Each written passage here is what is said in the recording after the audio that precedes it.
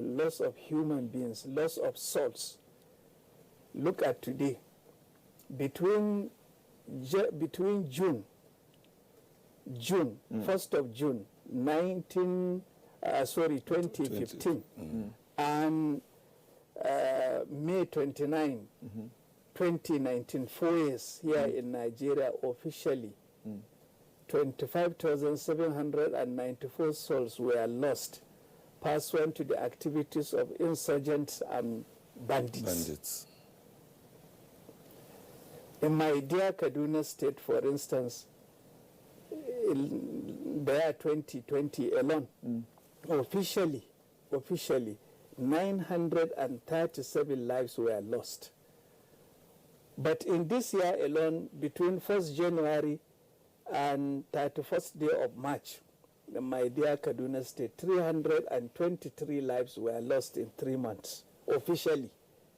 Hence, one can say at least 323 lives were lost. Just to bandits, not to sickness. Not other sickness. Just to bandits. Bandits activities and insurgent activities. Whereas, for instance, look at Iceland. In 20 years, between 1999 and 2019, in Iceland, only 37 lives were lost. In 20 years, only 37 lives were lost. In fact, in the year 2017, only 4 lives were lost in Iceland. A country, called Iceland. Yeah.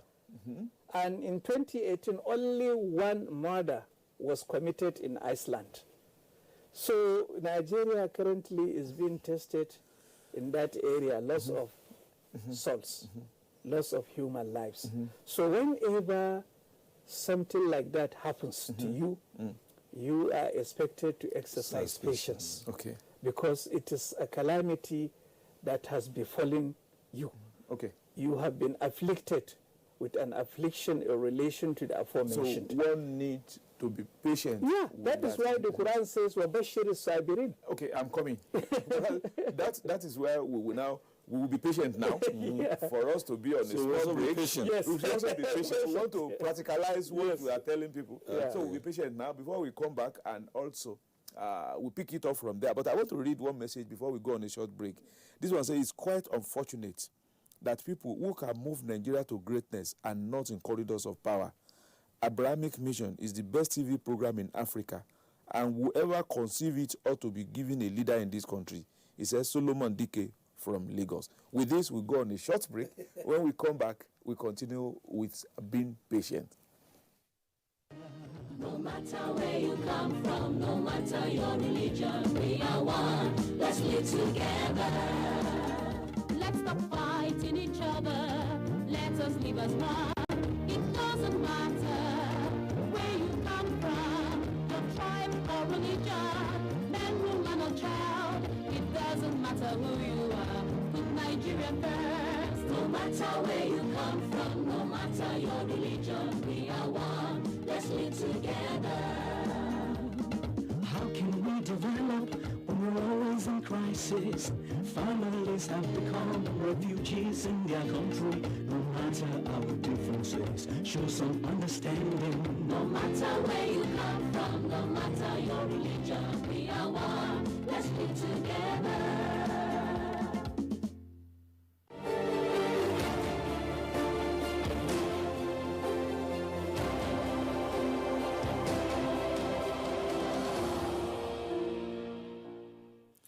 Yeah, welcome back. If you are just joining us, the topic we are discussing today is patience. Sheikh has started saying something. He quoted the verse of the Quran that you have to be patient, that God is with those who are patient. Now, as a nation, do we have any correlation? Yeah. What do we do now as a nation, as far as patience is concerned? Yeah, for our dear country to develop, we have to embrace the spirit of patience. Whenever something that displeases us happens to us, we have to exercise patience. Patience, patience. This is what will catapult any society to the pedestal of development. But any society whose citizens or the predominance of its citizens are devoid of patience, such a society will never experience any development. Because patience is something that is very desirable in the sight of the Almighty Creator. Therefore, we have to embrace it for our ways of life to get illuminated. Because the principal illuminator of our life is patience. If we lack it, it means we have plunged ourselves into utter darkness. Reverend. Yeah, I think I will, from my side, commend Nigerians. The truth is that we are very patient people. I was privileged. I remember Sheikh was with me when we visited one ambassador of one of the European countries in this country. He said that he has not seen a country where citizens are patient like Nigeria. Because in their country, if there is fuel shortage and people stay in queue for 48 hours, someone must leave that office. Someone will be sacked that day. But in Nigeria, we have a situation where there is fuel crisis for 1 week, for 2 weeks, for 3 weeks. Nobody has resigned. Nobody takes responsibility. So that means citizens of Nigeria have really been patient. If you ask me, I would say the impatience that is going on in Nigeria is more from those who come to lead us. They are from among us, but when they have privilege to lead us, they quickly become impatient with us. We are patient to queue up to vote for them, but they are not patient to guide us to know what they want to lead us. And that's why sometimes they want us to just swallow everything overnight, even when we've not yet chewed it. You know, there are certain food that you don't just swallow it, you need to chew it. Let it be grinded before you put it in. But when you want to just swallow it, it will hook you on your neck. So I think leaders in Nigeria really need to be patient with citizens. One of the challenges I have with patience in Nigeria is that we are not patient in the things we do among us, like on the road. When we come to driving, many Nigerians are not patient on the road. They don't want to. But we are patient with people who cheat us, who steal our money, but we are not patient just driving, simple driving. The fact of it is that when you are on Nigerian road, you know how impatient we are among us. So if we want to talk about patience, the common man in Nigeria needs to know that this good virtue of patience that God is asking us to talk about today should be applied to yourself, applied to your neighbor, applied to your wife, applied to your children, applied to everybody. Don't just be patient with people who have money. Be patient with your family, because that is how you can have the best fruit of patience. When we are not patient with family, we are not patient with people we meet at work, we are not patient on the road, we have a lot of problem. You know, simple put, in every street or in every road around here, we have traffic light. The traffic light is not a human being, it's just a guy get put there to control us so that some people will pass and allow others to pass. We do respect those lights. We do sometimes stop for them. If we can see an ordinary light and stop for, how patient are we with our wives, with our children, with our friends at work and others? We can respect a simple sign of light, but we don't respect our fellow human being. We are not patient with them. We want them. You see, if they don't give us answer in the first second, we want everything to be destroyed because they've not answered us. And we are not patient for light. Though I know some people violate that one, but I'm just looking at it from, let's assume a better population of the country obey the traffic light. If they do, but do the same person who obey traffic light is patient with his wife at home, patient with his children at home. If you have more than 2 children, you will understand what I'm about to illustrate. The ability for your children to grab certain message can never be the same. Some understand it even before you open your mouth. Some you have to say it before they understand you. Some you have to say it and illustrate it before they understand you. Your ability to be patient with this different category of children will determine the kind of patience you exhibit when you go out to relate with people in the place of work, in the marketplace, anywhere. So these are the key things we need to inculcate in our country. The fact of it is that we're talking religion here today, but we've forgotten that in some countries, developed countries of the world, the people are patient with one another, not about religion. It's about respect for humanity. Not about religion. The fact that they don't even read any religious book to know that they need to be patient with one another. When they go to a restaurant, the other person knows that Mr. A came first before him. He will be patient to allow Mr. A to be served before him. But in this country, we have others who don't believe that they need to wait for the man who was before them to be served before them. The moment they arrive, they want to show that they know how to get it fast. And they come out proudly to tell people that, you know, I went there, I didn't waste time. But you actually have violated a simple human virtue by not being patient and allow the one who was there before you to get it before you. So because you came out on time, do not show you were responsible. It actually tells terrible things about you. So when we imbibe such kind of lifestyle, it will transform our country. It will make things happen better. It will show that the faith we profess to really follow, we are not just doing it with our mouth, but it comes from our heart. Sheikh. Yeah. You see, the issue of patience is something that should be inculcated in all and sundry. For instance, even when it comes to scuffle between workers and their employers, be it public workforce or private workforce, both sides need to exercise patience, need to display a high degree of patience. They should always embrace the spirit of patience via roundtable discussion. I could remember vividly the first industrial action that took place in this country happened during colonization. It happened in Lagos. It erupted precisely on August 9, 1897, about 127 years ago. That time, the governor of Lagos colony was Sir Harry Macklem. What he did was that he invited the workers. They had a roundtable discussion. Eventually, both sides embraced and displayed a high degree of patience. And nationwide worker strike in Nigeria, first erupted precisely June 21st, 1945. And what the leadership... Is it Michael Imodu?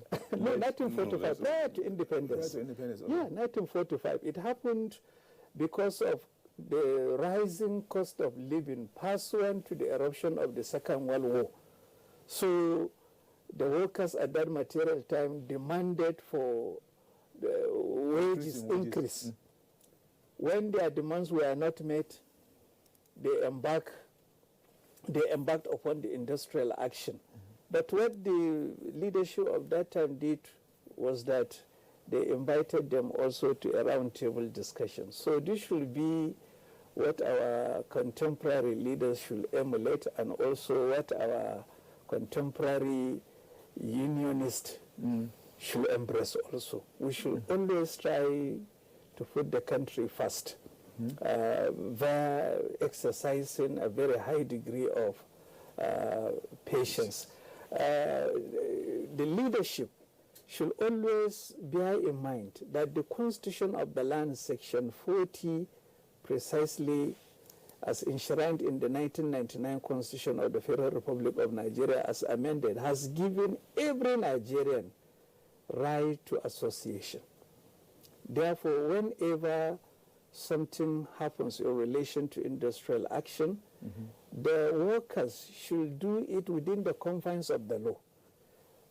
On the other side of the coin, the leadership should respect the right of the workers to embark upon strike, which is within the confines of the law. Talks should not be sent with a view to attacking workers while they are protesting on the street, because they are doing it pursuant to what the Constitution of the land has given to them.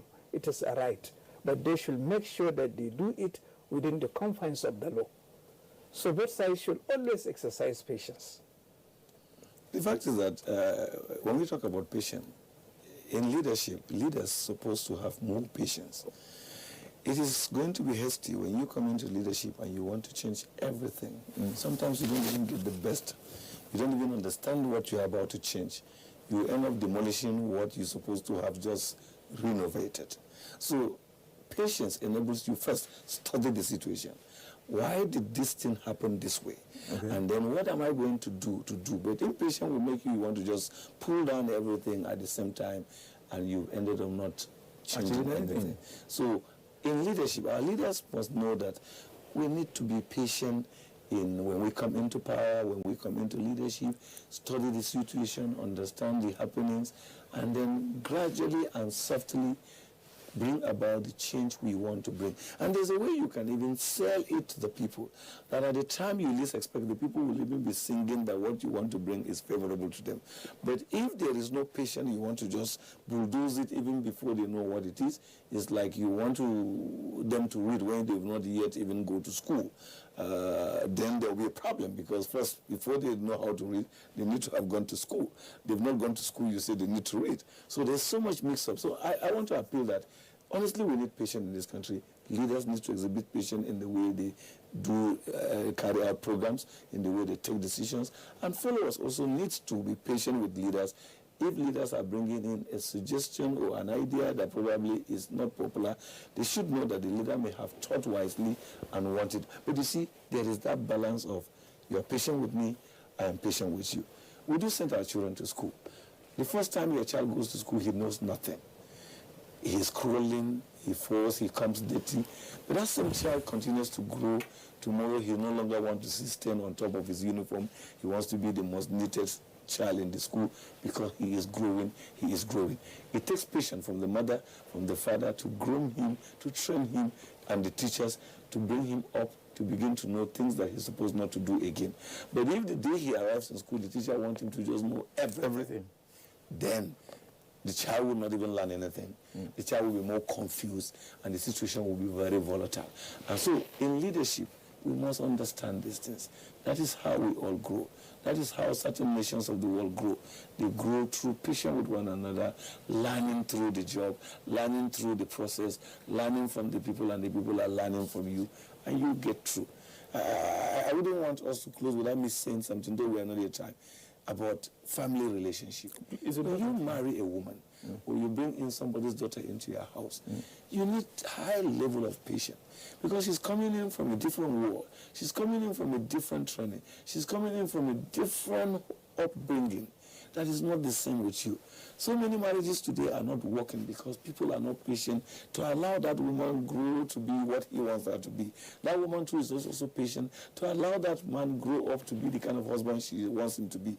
But the very day they marry, they just want him to be that expert husband they assume, that expert wife they think. So you have clashes, and they cannot bear with one another. So if we are patient through the process of marriage, through the process of family, and then we go to workplace, and then we have opportunities to serve in leadership, we are patient, and we are also serving or being subordinate of leaders, and we are patient, we'll be able to learn through the process, correct the things that need to be corrected, and move on. But when we are in a haste to just do everything, impatience can lead us to a serious accident. I think I agree with you. Sometimes in Abuja, about 5-10 years ago, if you get to junctions in the morning, accidents almost every day. Almost every day. In the morning, you see accidents every junction. Now, I think people began to see that where there used to be that accident was impatient. That's right. So people began to preach to themselves. Because no governments, I didn't see any government dedicated policy to say people should understand it. So people began to see that, where are we rushing to? If you see something in Abuja junction now, you will laugh. Some people, when you are in the junction now, will be there, you'll be saying, you go. Everybody will now be waiting to say, oh, yeah, go, because they have seen the importance of being patient. Yeah, impatience is the fundamental catalyst of displeasure. It brings displeasure at all times, impatience. For instance, from the Islamic perspective, that was why the Messenger of Allah, Muhammad, peace be upon him, in order to teach us, in order to inculcate in us the spirit of patience, he was designated a madman. He exercised patience. Someone spat in his face, he exercised patience. Someone hit him, he exercised patience. So he confronted rudeness and ignorance with patience. So this is what we should do in our day-to-day activities. As my colleague and brother has earlier pinpointed, if we really want to get it right, we have to exercise patience in all the strata of our life. I witnessed something when I was a university student, 100 level. Then the great university, but I'm sorry, because many people didn't go to that premier university. We were in a place called Wooding. There was this young man who just came. We used to have tap in front of our halls. So this man, young boy is a 100 level, he put his buckets to fetch water from the tap. Somebody came, he pushed his bucket away. When that one finished, the boy pushed his bucket back under the tap. Another person came, he pushed his bucket away. When the man left, at the end of the day, let me cut the story short. As many people were watching what was happening. Yeah. About 5 students now came. They now manned the bucket of that man, the young boy, and they fetched the water and they took the water to his room. People now ask him, why are you not talking? He said, I'm coming from a local area. The way I was trained was not to fight for anything. So at the end of the day, he did not touch water and the water got to his destination. So it means there's never been regret in being patient. Yeah. You can only have regret when you think you have the right to fight for yourself. Yeah. Once one decides to exercise patience, then the Almighty God will now be their supporter and also helper simultaneously. That means divine help and support will be his. This one is a digression. Somebody wrote a message because we don't have much time. He said, good day, sir. So what is the correlation between both religions, Christian and Muslim, in wearing white? Just like you always on white attire. Clement Pedro from Zaria. Is there any little things about it? Okay, let me answer myself. God loves things that are white. Based on that, people like us who are black, the only color that we wear that will make us to look is passing is white, and that is why we are wearing white. Also, Islamically, the best color in the sight of the Messenger of Allah, in particular, and also in the sight of the Almighty Creator, is the white color. It's the white color. So it means we have to be patient. Well, so that our viewers will understand the white we are talking about. It's not the white of Europe. Yes. Because, you know, this white garment. It's not the white of Europe. No, because you are asking me, why are you always on white? And the Bible talks about, come, let's reason together, whatever may be the degree of your sin. If you confess, God will cleanse you and wash you. You will become like white as snow. Okay. Signifying that the whiteness, you are clean. You are clean. Okay. I think I want us to end it that way because when you are patient, it is only patient people that can wear white. Of course, because there are so many things that we do.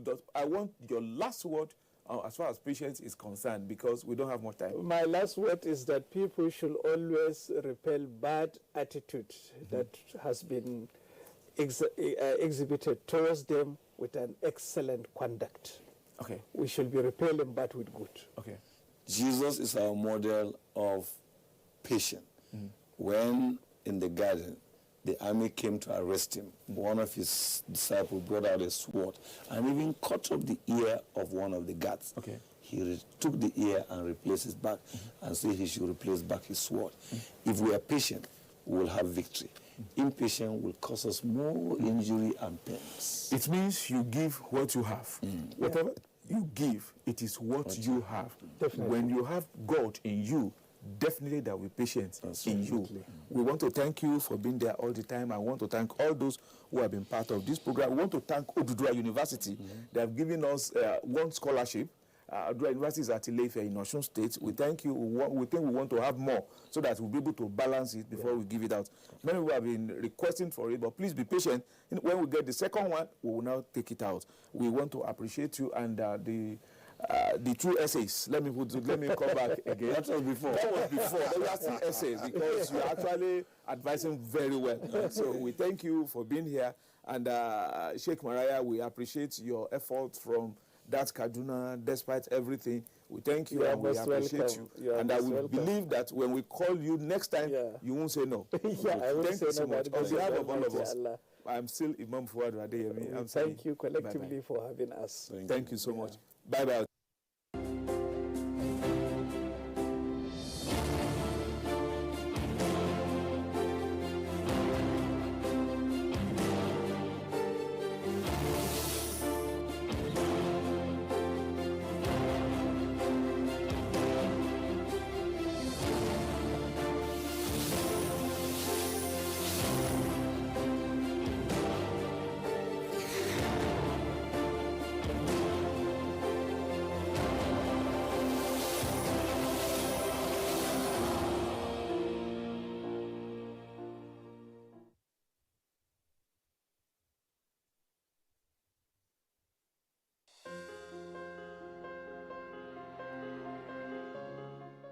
The vaccine offers hope for a safe country free of coronavirus. I urge all state governments, traditional and religious leaders to take the lead in the mobilization effort within their environment and spheres of influence. I similarly urge all eligible Nigerians to present themselves and be vaccinated in accordance with the order of priority already mapped out at the various authorized designated centers only.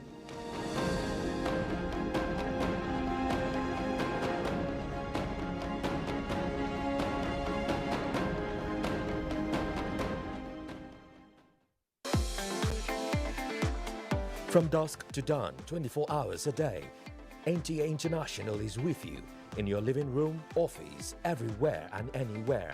We provide the company you desire in terms of balanced and up-to-date news, programs and the best of entertainment.